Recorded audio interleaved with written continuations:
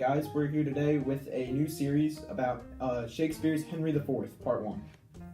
Alright, so today we're going to be talking about Act 1 of King Henry IV. So let's start with Scene 1. King Henry meets with his cabinet members and they're planning a crusade to the Holy Land. However, their plans to make this crusade quickly get put on hold. This is due to a civil war that's breaking out.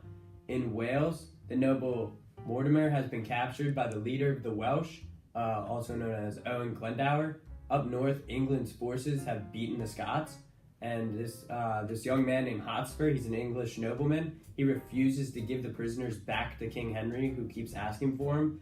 And as a result of this, they call the crusade off because there's too many things going on at once. And then this brings us to Scene 2, where we learn about Prince Hal and his buddy John Falstaff. And they're kind of just like bros. They're joking around with each other. Hal jokes about Falstaff being hung as a thief because he's a knight, but he doesn't really do anything honorable. He's mostly just a thief. And then when Falstaff explains to Hal that when Hal becomes king, thieves are going to have a friend in the court. Falstaff asks Hal if he wants to go rob some pilgrims, and then Poins walks in, their friend Poins. Hal refuses, but after Falstaff leaves, Poins persuades Hal to help play a trick on Falstaff. And this trick is that they're gonna dress up in costumes and steal the money back from Falstaff and his buddies that stole it from pilgrims on their way to Canterbury. After Poins exits, Hal has a soliloquy and explains that he's soon going to have a reformation where he's going to become he's going to be a better person, and he's going to assume a leadership role.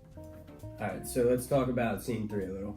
In Scene 3, Hotspur is at the center of it all, and he still hasn't handed over the prisoners that King Henry is demanding, and King Henry is pissed off about this. King Henry really wants those prisoners back, but Hotspur won't hand him over until Mortimer is ransomed. Because the throne is rightfully his, they talk about how before Richard's death, he told Mortimer that the throne, he's the heir to the throne, but King Henry swoops in and steals the throne before that can happen. Northumberland, Hotspur and Worcester, all the members of the Percy family, they're plotting a rebellion against King Henry, and Hotspur, he's the son of Northumberland and nephew to Worcester, is angry with the King Henry. Okay, so we're going to go through some of the characters. So Prince Hal, he is the Prince of Wales, heir to the British throne, kind of a wild child. He's hangs out with the rough crowd, Falstaff, Poins, and his whole bad behavior is sort of a disguise, and he's going to have a reformation later on, and he's going to be regarded as a well-known king. Sir John Falstaff, he's a fat, old, disgraced knight, Prince Hal's friend, and he's a drinker and a larger-than-life character. And Harry Percy, otherwise known as Hotspur, he's a nobleman, and he has a very short temper. King Henry IV, Hal's father, he's dealing with the issues going on with Wales and Scotland, and he has 0% faith in his son, and he's responsible for the death of King Richard II. So, another important character, is Henry Percy. He's the Earl of Northumberland. He is Hotspur's father, and he helps King Henry get his crown originally. Then there's Thomas Percy. He's the Earl of Worcester, and he is Hotspur's uncle. He's a manipulative type of character, but he's also rebellious. Then we have Archibald, who's the Earl of Douglas. He's a Scottish rebel, and he is freed from his captivity. We have Edmund Mortimer. He is the Earl of March, an English nobleman, and he is captured by the Welsh, and then his troops become slaughtered. Henry refuses to ransom him, and he's actually the true heir to the throne, as said earlier. Then we have Owen Glendower. He's the leader of the Welsh rebels. He's Mortimer's father-in-law. We have Sir Walter Blunt, who's a loyal nobleman and the king's messenger throughout the story. We have the Earl of Westmoreland, who is a nobleman, and he's the king's son. And finally, we have Ned Poins, who is Prince Hal's buddy, and he is the one who comes up with the somewhat joking robbery idea.